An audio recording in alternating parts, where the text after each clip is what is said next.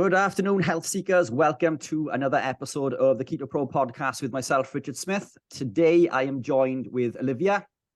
Olivia is a board trustee at the Public Health Collaboration, and I've asked Olivia to come on today to talk a little bit about her journey, a little bit about what she does within the PHC. Olivia, welcome on board. Hi, thanks so much for having me, Richard. No problem at all. No problem at all. It was only a little while ago that I had the pleasure of meeting you at the Public Health Conference. Fantastic conference. I know you were incredibly busy. Fantastic event. I did ask you, I think, after if you enjoyed it. I think it was a case of you were so busy to get into the enjoyment of it. But how do you feel that went? Oh, yeah, it was great to meet you there. The conference was, I think about 3 weeks ago now, but it feels like, I don't know, a different lifetime in a way, because there was so much build up to it. And we were, some of us were very particular, very involved in making sure that it all came together. So, as I said to you right after the conference, I don't know if I can tell you my opinion just yet. I need to kind of step away from it and look back. And I think we're probably about at that stage now, and we've just had quite a lot of feedback from everyone who came along, because we invited everyone to give us feedback, and we're so over the moon with how it went and how people received it as well. So we obviously had a particular vision of what we were trying to achieve, and we very much kind of designed it and sculpted it to bring across certain topics, certain messages, and to bring those to light, and really with the main objective of helping people understand metabolic health, understand the food they eat and how important it is, understand just the breadth of how many different conditions can be improved with your metabolic health being something that you are aware of and kind of empowered to control. And that was really the basis behind the design. And I think just looking at all the feedback over the last day or so is kind of proven that's really what people loved about it. They just loved the variety of speakers, the quality of the speakers, the topics that came through, and so we're hugely happy with how it went and that it all came together. So I can give you my formal opinion there. Fantastic. 3 weeks delayed. Yeah. Brilliant stuff. Yeah, I thoroughly enjoyed. It was a 5-hour drive for me, and then I know that most of the conference involved sitting, listening to speakers, and you think that's easy. But when your brain is functioning and you're taking information in, 2 days and another 5-hour drive back, I was absolutely exhausted. I thoroughly enjoyed, but I was exhausted. Looking forward to the next one. Just to pick up on one of the points that you just made there. Now, a lot of the general public seem to look at illnesses and diseases as being only treatable by medication. So if you were to go to a doctor with a headache, they issue you with a headache pill, depression, an antidepressant. If you have inflammation, it's an anti-inflammatory. And it's not the doctor's fault, but they don't have time to look at the root cause. And I think I'm not against medication. I think there's a place for it. If I hadn't have consumed medication during my lifetime, I would probably be dead by now. But I don't think that medication is the long-term answer. And as you say, the whole, I think, ethos of the conference was to educate people into understanding that a lot of these things can be prevented and more certainly reversed. Almost every metabolic illness and disease that we know of can be controlled and reversed by diet and lifestyle. And I think that's incredibly important. But we seem to be in this society where it's almost people just want a magic pill. Yeah. And it's incredibly disconcerting because you take a medication, that medication has side effects. Most of the side effects within that list will probably list death. And then after you get a side effect from that medication, you need to take another medication to combat that side effect, and it's this a downward spiral and a perfect storm for further illness and disease, I guess, isn't it? So fantastic event. So what's brought you into the PHC and living this lifestyle, Olivia? I'm guessing you have a story to tell, a journey, as it were, that's brought you to... bit, yeah. I'd say I'm probably one of the less likely people to be in this position right now. My background is all in the business world. I worked for big corporates for kind of 23 years and big kind of British brands, and very much enjoyed doing that for that length of time. I always loved working in business and all the challenges that you get, and the problem solving and the big picture thinking. And yeah, it was definitely, it definitely kind of gave me a number of skills that I think are very useful in many aspects of my life now. But I did get to a point where I felt like I was kind of burned out by everything, because, you know, maybe part of it is myself as well, but generally in a corporate, you're under a lot of pressure to perform and to kind of achieve your objectives. And whilst on the one hand that helps you, you know, be motivated and kind of you know, drive for objectives and to achieve things every day, you know, at the same time it does take a toll. It took a toll on my health, definitely took a toll on my mental health. And around a few years before I decided to take a break, my parents passed away, and so that kind of also made me think, am I doing the right thing here? And particularly because they passed away from illnesses that I just felt like were very sad to watch, as someone who, you know, someone who you care about. Seeing them kind of progress through. My dad had Alzheimer's, my mum had type 2 diabetes and arthritis and other things, and to see them, you know, over a very long period of time, like a good decade, deteriorate very slowly and lose who they were and not, you know, be able to function in a normal capacity, and to spend, you know, a decade relying on their own family to come and, you know, assist them every day. Not that we, you know, begrudged any of that, but, you know, it just made me think, why, you know, am I going to be, you know, on this path as well? Because, you know, these diseases are probably hereditary, and I'm probably going to get them, and there's nothing I can do about it. But you know, it's a bit of a shame that you know, they've had to endure that, and anyone has to endure that. So I thought I'll have some time out and try and look at different aspects of my life that I could improve. And one of them was, well, how do I prevent myself going down that pathway? And I honestly did not think, researching it, that there was any real way of doing that, because otherwise we'd know about it, wouldn't we? So, you know, I just started looking into things and thought, maybe I'll find one or two dietary tweaks that I can make that maybe will reduce my chances of getting Alzheimer's and type 2 diabetes. And was just so shocked to find out that not only is there something you can do, but you can pretty much de-risk yourself almost fully and really prevent yourself from having these diseases. And the more I looked into it, the more it just felt to me like, how can we be in this situation as a society where we have so many people suffering with these illnesses and everyone thinking that they're not preventable? There's something really fundamentally wrong. You know, one day I think in the future people are going to look back and go, what was going on at that point? That everyone was just, you know, like zombies walking around, sleepwalking into all of this illness. And it's not like there's no solutions, and that, you know, it seems like everyone's, you know, very busy researching and trying to find solutions to all these diseases, but there are also many very practical ways that you can prevent yourself from getting it, far more than anything that they can invent.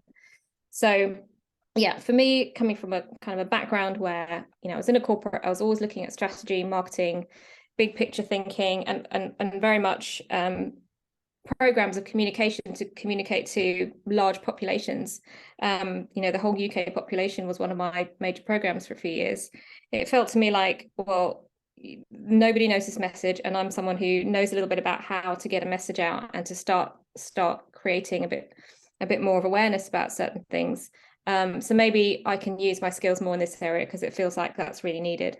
And certainly all of the experts that I was listening to, they're absolutely fantastic messages. What they're saying is so compelling and so, you know, so groundbreaking, but they're not, I mean, a lot of them have some really great followings, but there's still such a long way to go to get the message out. And so maybe there's something I can do to kind of help with that, and to, you know, try and make that message, you know, become more palatable to a population that is in a very different place culturally, a very different place, you know, kind of emotionally, and our culture is very, very different to what it's going to have to be to front up to this kind of these truths. So So yeah, that's what made me kind of move direction a little bit. And around the time I was having these thoughts, the public health collaboration, who I'd just kind of gotten to know doing this type of research, had started advertising for some trustees, and specifically we're looking for people who come from a business background. So I thought, well, that's got to be a sign.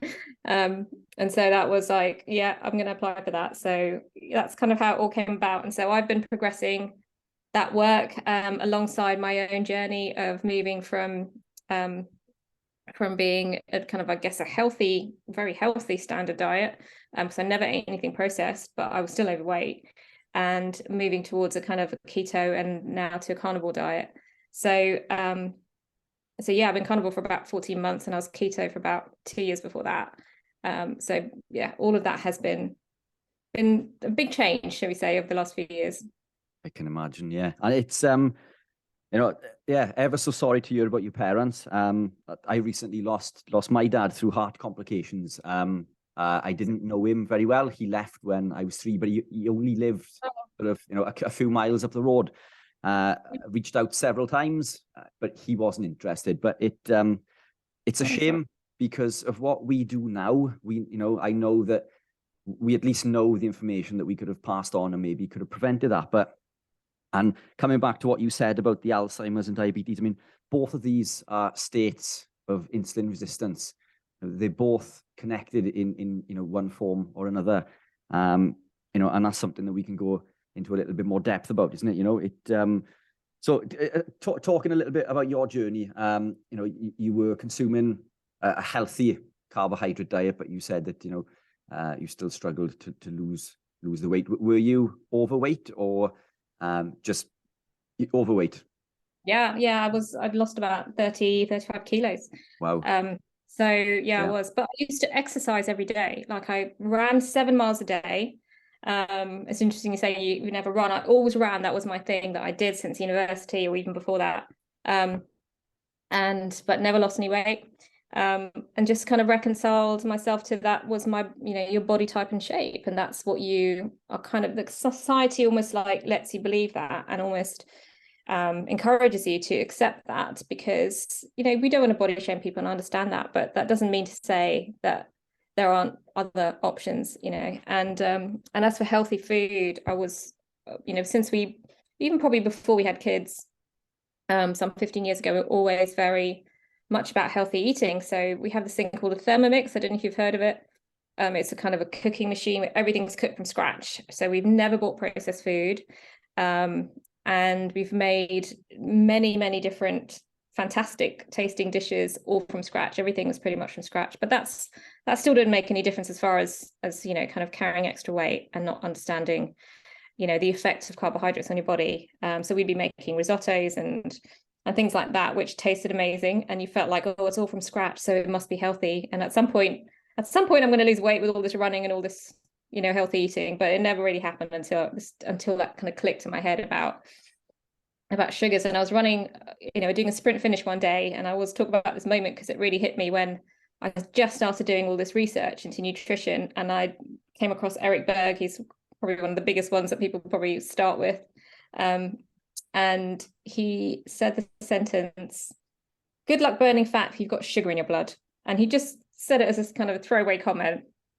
And it literally stopped me in my tracks, because it just had never clicked in my head like that way. So I'd heard of the keto diet.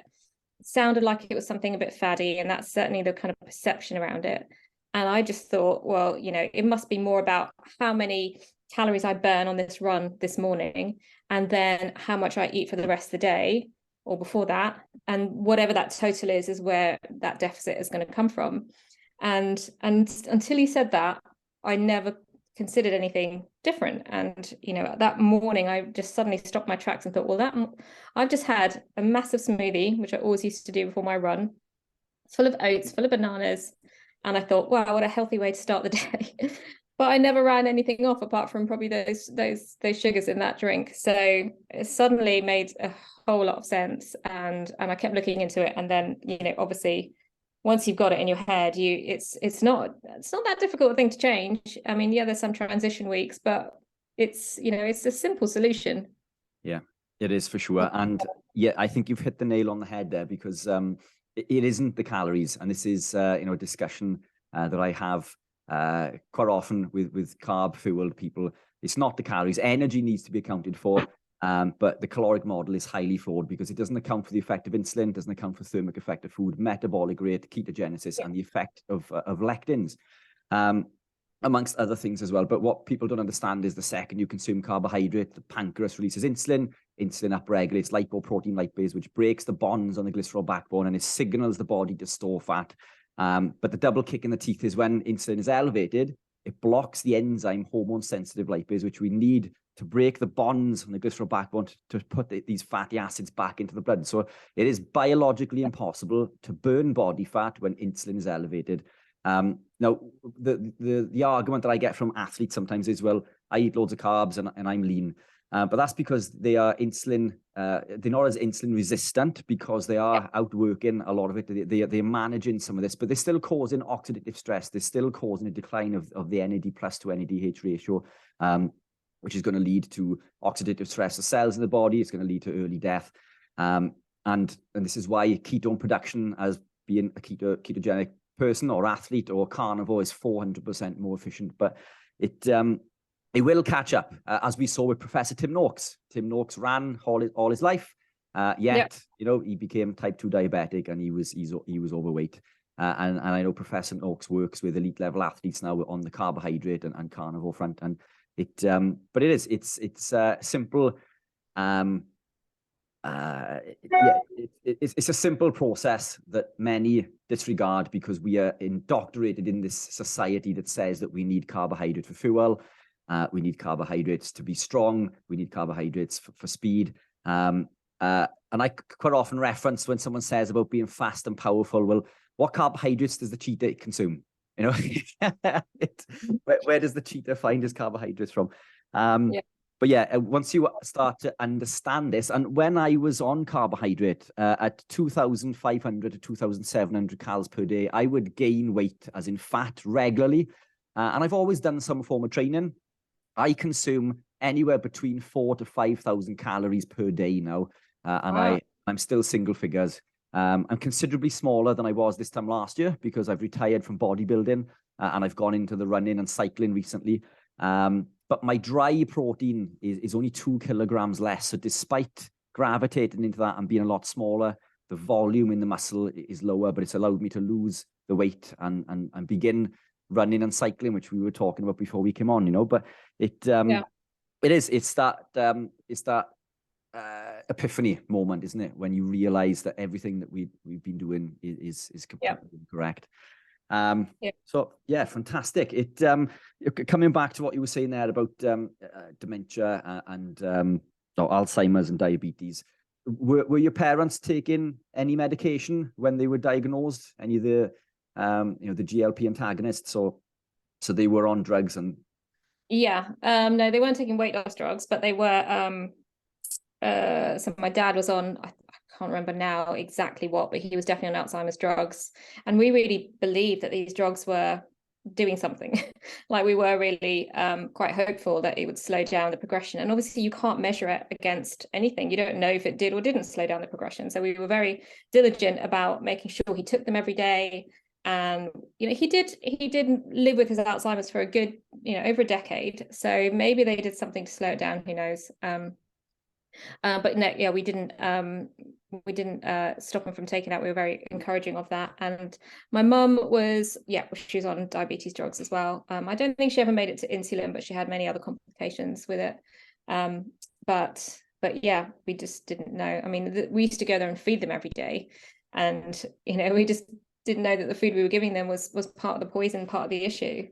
And that really, it makes me quite angry, because it feels like it's, this is an ethical issue in a way, that, it'd be interesting to look at it from that lens, because people have been so poorly educated or misinformed, more importantly, more specifically, about diet and about the links between these diets and these illnesses. And whilst maybe at some point we could say we didn't know, that's not the case anymore, I don't believe. It's not the case it hasn't been the case for a few years. And so, it does really give me this I guess this puzzle that I'm trying to solve every day, which is how do we get more people to pay attention to this message? Because the kind of the conventional wisdom on this is so out of whack from what we know to be factually true. And you know, until somebody themselves has that epiphany moment, it's very hard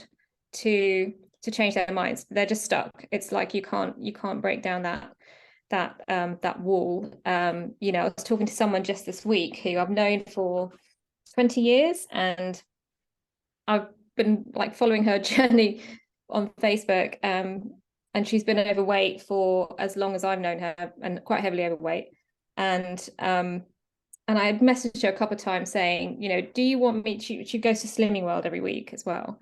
And she's been overweight for 20 years and she's going in the wrong direction as well. And I messaged her saying, do you want me to help you? Because, you know, there really is other information out there, and Slimming World is not the answer to this. You know, trust me, it's not.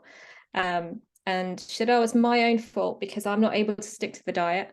So, you know, I do Slimming World 1 week and then I fall off again. And then and she was blaming herself rather than the diet. I'm like, yeah, but that's not you. That's a function of the fact you're being asked to do something which is against human nature. You have a hunger signal and you're addicted to a certain macronutrient and processed foods, and that's what's making it really hard. And so she said, yeah, but that would be the same on any diet. So, well, not really. If you're not addicted to something which you can't control, then it's not as hard, and you don't have to have super willpower to do this. Otherwise, you know, I wouldn't have lost weight. So many people have changed their lives from doing this because you're satiated, you're satisfied, you're eating the best food on the planet, and you're eating pretty much as you would wish for. You know, that is not a condition that lends itself to overeating the wrong things because you're eating the right stuff. So, but it's, no matter what I say to her, she will not consider that keto is anything apart from a fad diet. And that anyone who they've basically been brainwashed in Slimming World, that anyone who tells you to go on a keto diet or lower your carbs doesn't understand nutrition, doesn't understand how the body works, and is, you know, giving you some advice which is, you know, some faddy diet that's going to ruin your health, which is literally the exact opposite of the truth. So it puzzles me every day. How do we break down these perceptions? And I don't have the answer yet, you know, but I always like little nuggets, like what you just said earlier, Richard, about, you know, how is a cheetah running as fast as they are? You know, are they fueled by some sesame seed burger bun or not? So what's going on there? You know, we're all the same organisms, we're all the same animals roaming this earth. We might have some differences, but we're all in the animal kingdom, and we're all functioning from very much similar kind of fundamental platforms of using energy and burning it. And so, you know, I think we've got to take, I've got some ideas, but we've got to take a step back and really think about how we message this to make people reconsider the status quo, because it's so ingrained right now. It is. Perfect. No, this is exactly why I wanted you on. It is, and I think it doesn't help that if you are ill, if you're unwell and you go to the doctor wants to give you, and I'm not saying it's the doctor's fault. They're trained in medicine, and that's what they do, is they issue a medication. But if you mention the word keto or carnivore, they'll tell you not to do it. They mention words like ketoacidosis, high cholesterol. What about your sodium levels? And you know, you can't eat red meat. Red meat causes cancer. We need carbohydrate. And it's what I quite often say to people is that your doctor has almost zero training in nutrition, so they shouldn't be giving nutrition advice anyway. Dietetics are ill-trained. I think what I quite often say to people, and I don't mean this to sound disrespectful to anybody, but I was stopped in the street recently because a client of mine bumped into me in the street and was talking to me and asked me a few questions and mentioned the word keto. And this couple walked past and they said, you can't go doing keto. It's really dangerous for you, blah, blah, blah. And I didn't really know what to say, because everything that I was coming back with, no, you know, they were shutting me down. The only thing that I could say, and I'm not this type of person, but this gripped me so much, was, well, you were living a non-ketogenic lifestyle. You know, you're consuming the foods that you were telling this person to consume. Now, this couple were severely overweight, but I'm a nurse. But if you're practicing what you preach, you're still overweight. I'm not overweight. I'm perfectly fit and healthy. I'm living the lifestyle. All you need to do is take a step back and open your eyes. Everything that you've been told, is a fallacy. But it's almost a case of people are almost blinded. They are, and I don't know if it's their fault, but we are bombarded in the media every day about things that, meat causes cancer, and I've never heard anything so ridiculous in my life. And obviously, these are things that I've heavily researched, because these are things that I'm telling people on a daily basis. So we need to be able to reference these studies, but quite often people are not interested in listening to referencing. And I can't help but to wonder how much of, when you come back to your friend and their unwillingness to try something new comes back to addiction. Is it a case of, she doesn't want to give up the carbohydrates, she doesn't want to give up the processed foods? One person is telling her that, all of these things are okay if you're consuming in moderation, and they almost want to latch on to this just so they don't have to give up their drug, because sugar is addictive. It's more addictive than heroin. So yeah, it is an uphill battle, but I think what we are doing today and the message that you were spreading and the PHC is spreading, it's definitely getting out there. It's just a shame that it wasn't fast tracked somehow. But I don't think we're going to see that in the short term. I think we're in this for the long haul, and this is why I try to network with as many like-minded people as we can and create as much content as we can, because the more content that's out there, the more people you speak to, the more doctors, nutritionists, and people who have heavily researched this, that can reference these studies, the more likely people are to get onto the bandwagon. But it's certainly a massive uphill struggle. Anything to add to that? I've just gone off on one now.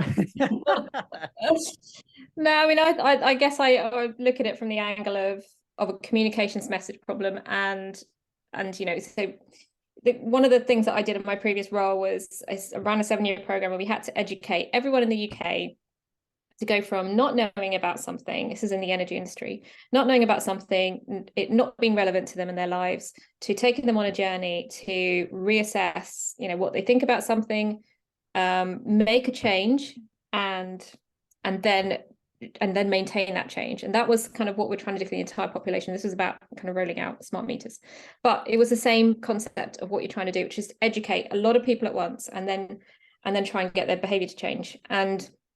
And that was maybe had some kind of controversy similar to this in a way, but because the energy industry does.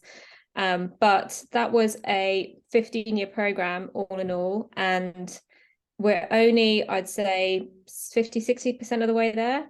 And we spent a good £100 million a year as an industry in getting that message out. Now, it is different because it's advertising, and advertising doesn't cut through to people as well as a message that you genuinely believe is like a referral or word of mouth. So there is that, but also there wasn't that much against the message. So it, unlike in the kind of food category, we have so many different sets of schools of thought about what the right way is to eat, and certainly mixed messages. Hundreds of millions of pounds of industry money funding eating a different way and promoting products that are addictive. And that is a very difficult thing to change and to penetrate with no money, no profit making on our side, and a message that is a kind of a grassroots movement growing.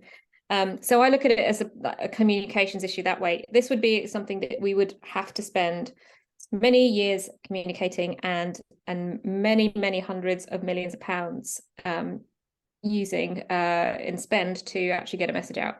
That's the size of the problem. It's a big change. It's a big problem, not to mention all the cultural issues that underlie it as well.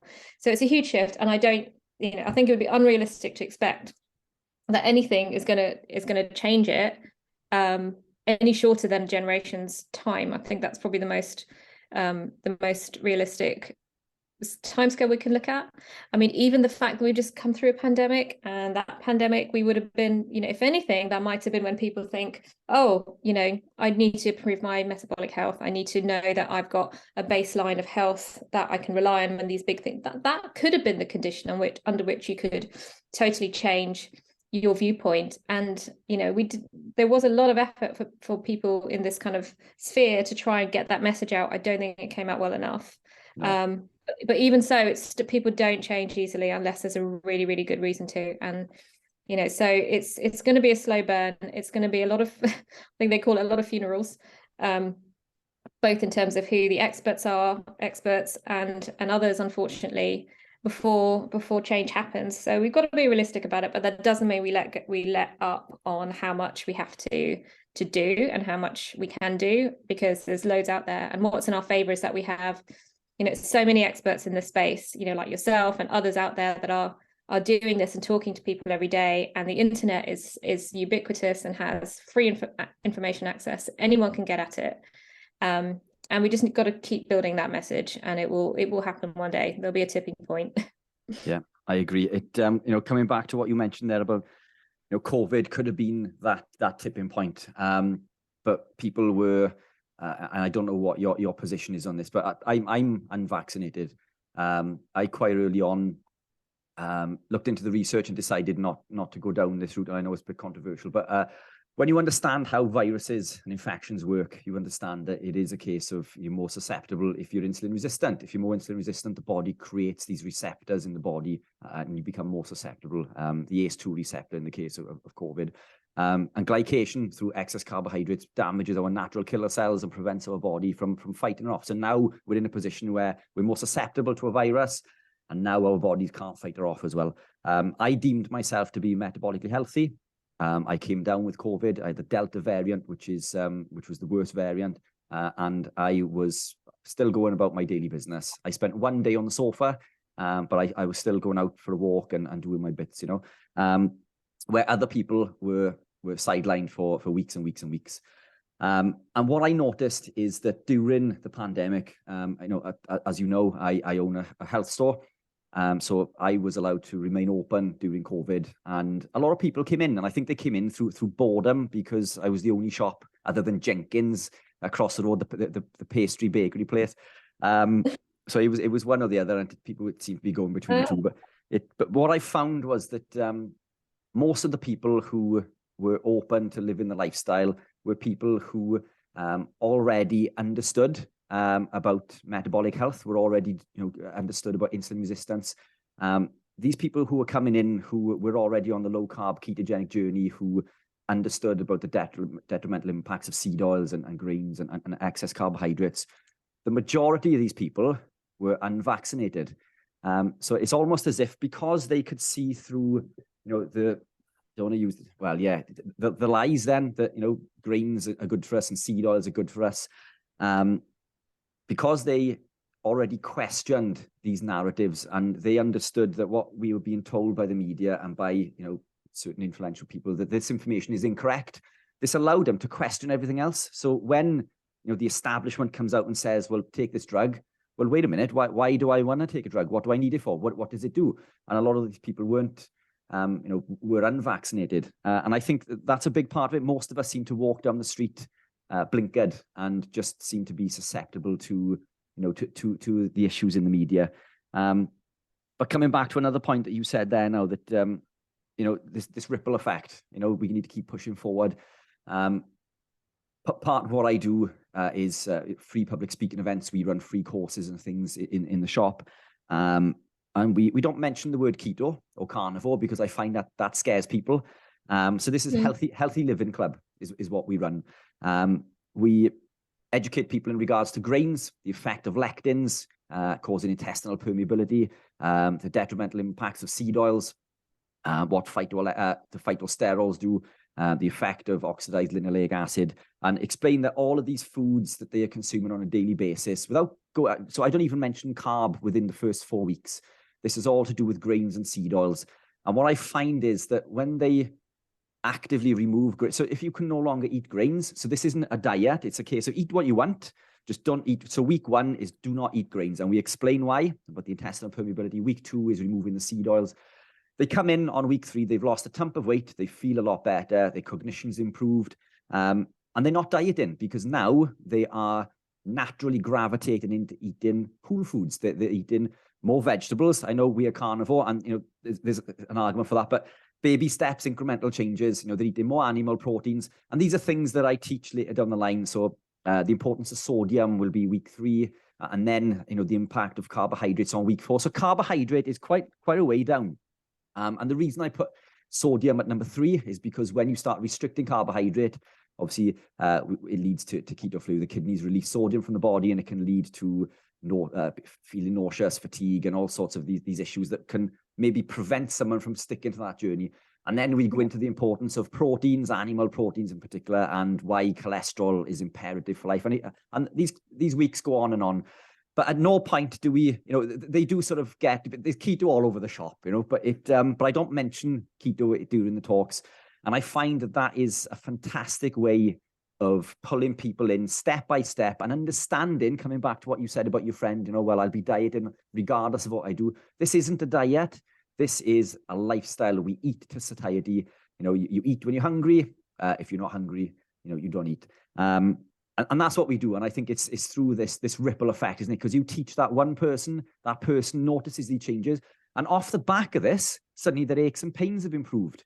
You know, they're not getting as many headaches, or their migraines have cleared up. Their arthritic pains have gone. The rashes that they suffer from have started to disappear. And, you know, their eyesight has improved. You know, all of these things that we think are issues of age, you know, come down to, as you say, metabolic health. And I think that's the key there, isn't it? But yeah, I think we just, it's a case of pushing forward and making these changes and implementing these, you know. I think you're so right. I love that you're finding a way to kind of sideline everyone through those steps without actually, you know, using those trigger words that people have bad perceptions on. I think that's a really important point that we need to think about, because there are certain things that you say that trigger people into thinking, oh, this is a fad diet, this is a conspiracy theory, this is, you know, and they then have their blinkers down and they can't just assess information based on the merits of it.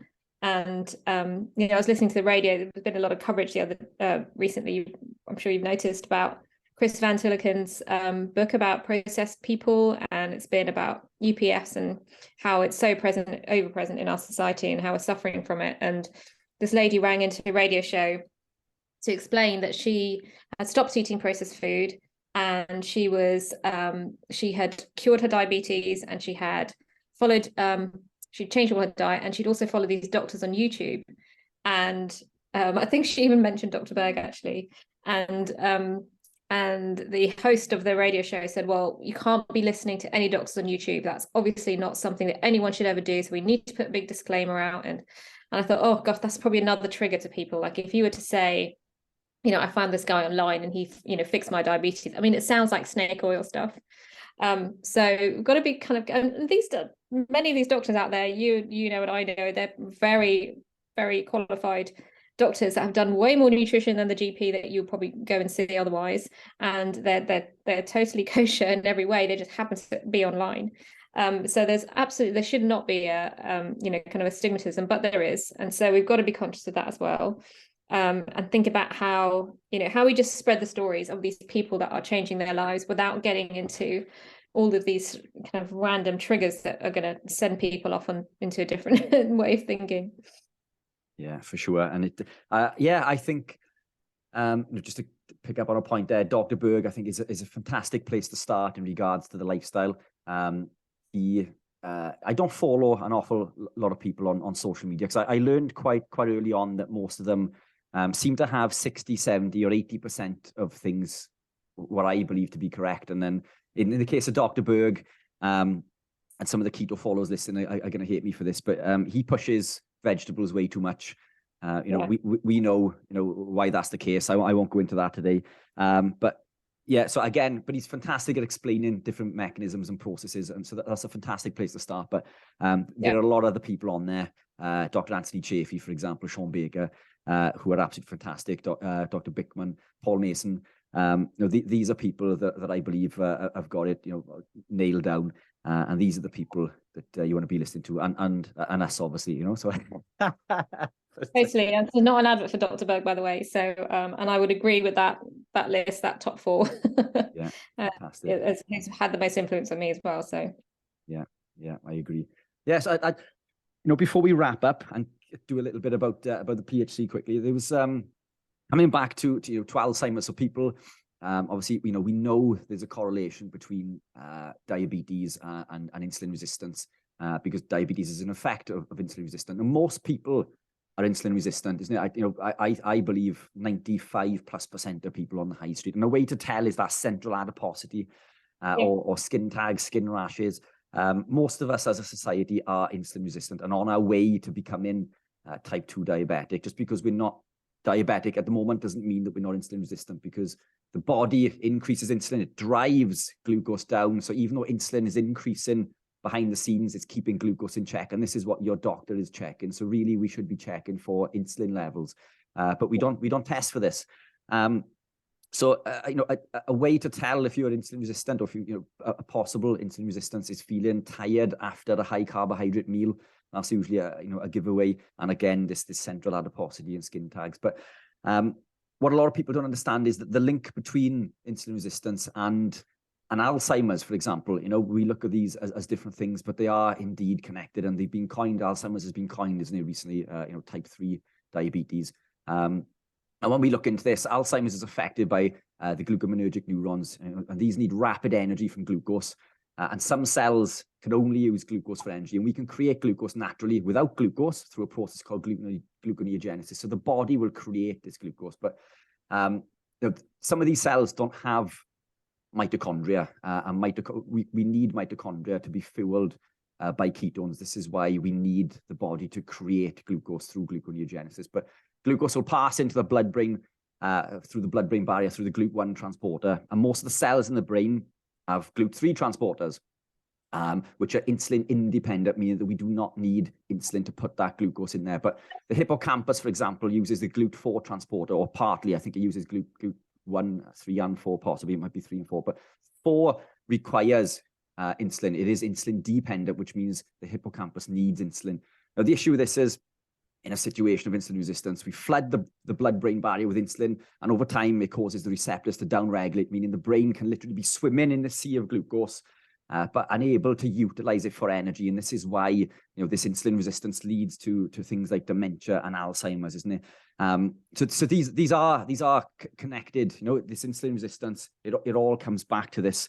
Have you got anything to add to that? Obviously, I mean, this is something that's close to your heart, and I know that you've been researching this, no doubt, extensively, but there seems to be a message that people don't understand, because they think that it's a gene problem. We think that it's genetic, and partly, but I believe from the research I've done that 99% of it is preventable, if not more than that. But yeah, anything to add to the end of that? Well, 100% agree with all of that, and maybe what I'd add is that we're very focused. I actually run a book club as well, and we go through various different novels and books by different experts in this space, and so we're always improving our learning. And this month we're reading Malcolm Kendrick's book on The Clot Thickens, and he has spent a lot of time focusing on the effect of stress and cortisol on insulin resistance as well. And one of the great conversations we've had recently in the book club is, yes, we're all, because this is people who are in the carnivore world, and we are all very passionate about eating a particular way. And so our focus is all on diet.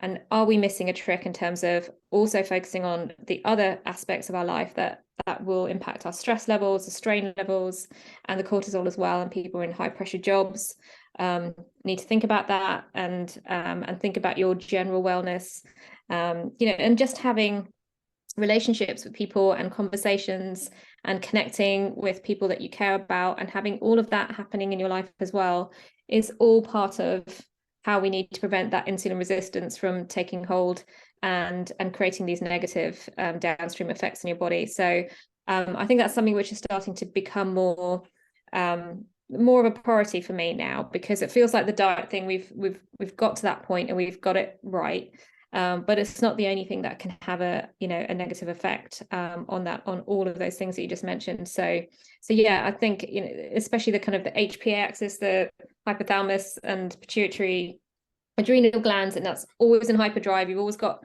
cortisol streaming through your veins. You're just going to be in as bad a situation as if you're eating glucose. constantly. So that's one I think maybe we need to talk about a little bit more and try and just balance it with the diet message that we all support. Yeah, love that. And that's a point that I think many miss, isn't it, in regards to cortisol and outside stresses, and that's why a lot of people go down when they adopt the keto carnivore route. It almost seems to be a rabbit hole. It's a journey, isn't it? You begin at one end, and over time you seem to gravitate. So I began as low carb, technically keto, 10, 11 years ago. About 4 years ago, I became carnivore. And now, this more recently, I've been looking into, as you say, these other factors, and I'm really picky about what I brush my teeth with, what I put on my skin, because what we put on our skin is absorbed into the body. So I only use tallow creams now. I've moved away from toothpaste, and so we do begin to look at all of these other avenues, and as you say, external stresses. I don't know if you know this, but I used to be a purchasing manager for an electrical engineering company. So similar story to you, super high pressure job. I hated the job. It was really well paid. I used to come home every day. I would open a bottle of wine. I'd have a glass of wine. One glass led into two. Two was a full bottle. Two went into a full bottle. Yeah. Before I knew it, I was drinking 3 bottles of wine a night. So technically an alcoholic. I quit my job. I sold my house. My wife and I sold everything that we owned to put into the business after I'd reversed my diabetes and I'd lost 107 pounds and cured my migraines and arthritic pains. So in my I don't know if you know this about me, but in my mid-20s, I could barely walk up the stairs without stopping or being severely out of breath. I used to suffer with these daily debilitating migraines that would make me blind, chronic fatigue, depression, anxiety. I was covered in acne. I had terrible skin, joint pain. Wow.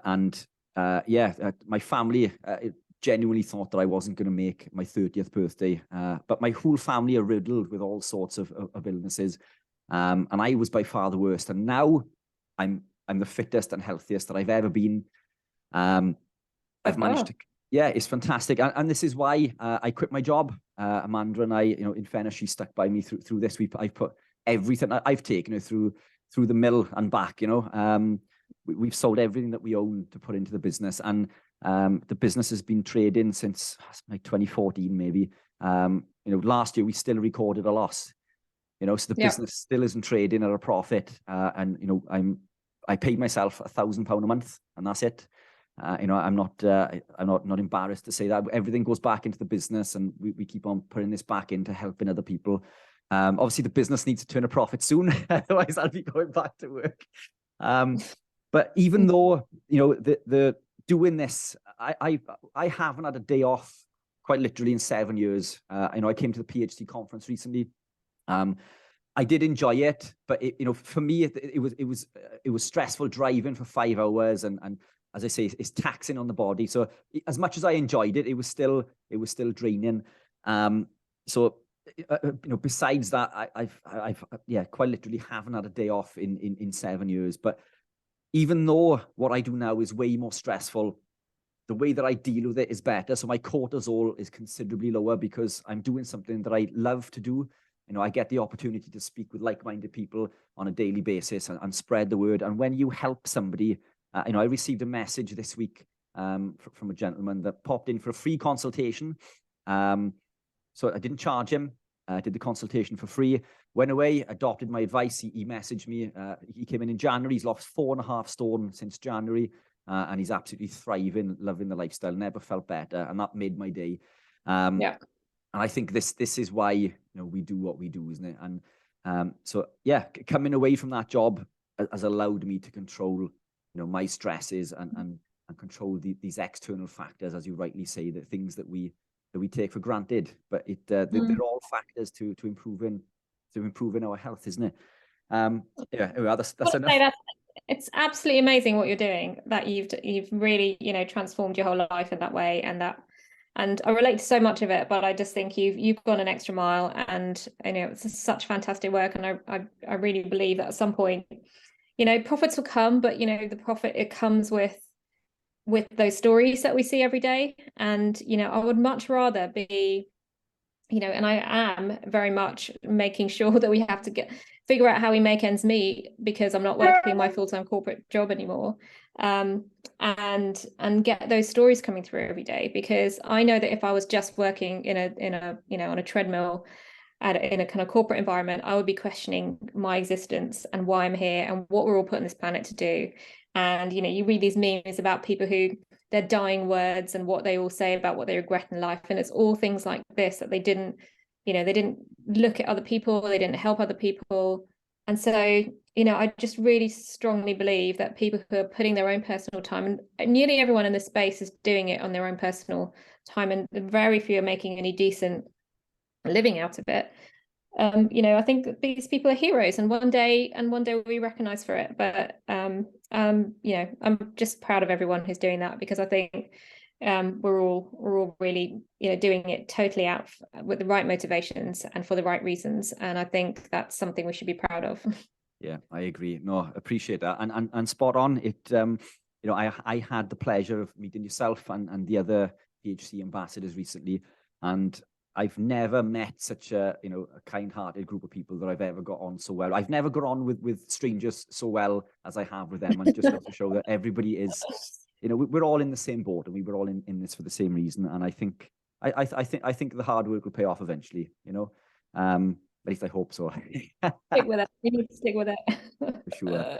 So let's chat, you know, quickly. I'm conscious of your time, kept you way too long already, you know, about the PHC. You know, how can people support the PHC? How can we get the message out there?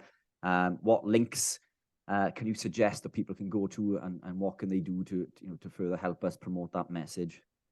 Excellent. Well, yeah, so I mean, anyone who's not aware of the PHC, we are a UK-based charity that exists to help people understand metabolic health.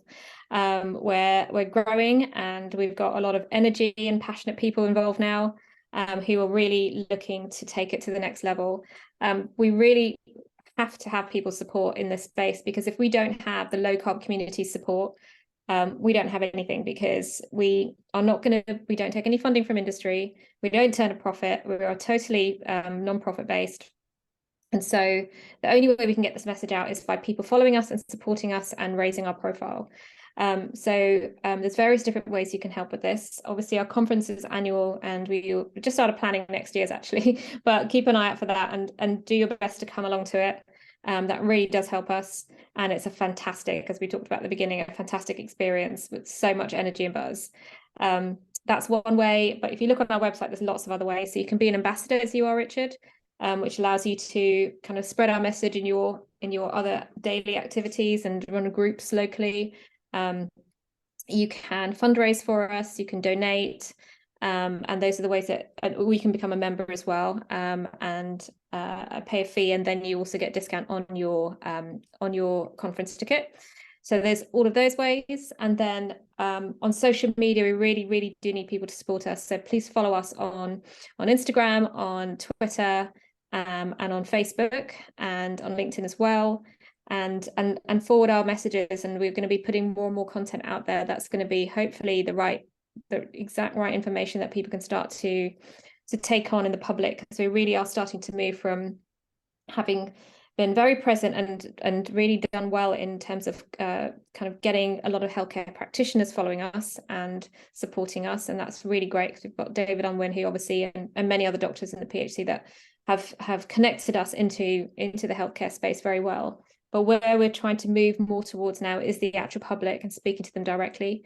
And we have tried, you know, doing this a different way. We have tried going to the top and going via the official routes and showing, you know, the kind of the health secretary just how much you could save if you were to, you know, prescribe drugs, as David Unwin does, and hundreds of millions of pounds would be saved. But none of that is making a difference right now, and those messages are not getting through. So we believe the only way to change this is to have a grassroots community that's hugely passionate and supporting us, and then eventually there will have to be change at the top. So we're very much focused on getting the public behind us right now. So please do follow us on all those platforms and forward our message. Our website is phcuk.org, and we're pretty much PHC UK org on all those platforms. So just look up our handle and give us a follow. Thank you very much for everyone who does support us already. We really appreciate it. Fantastic. And I'll pop all of those links below as well. And Olivia, where can the listeners find you if they wish to follow your superb content?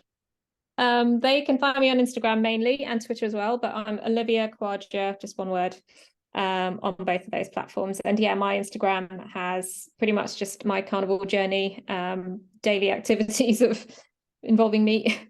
And my son actually is very passionate. I'm also very passionate about kids and nutrition.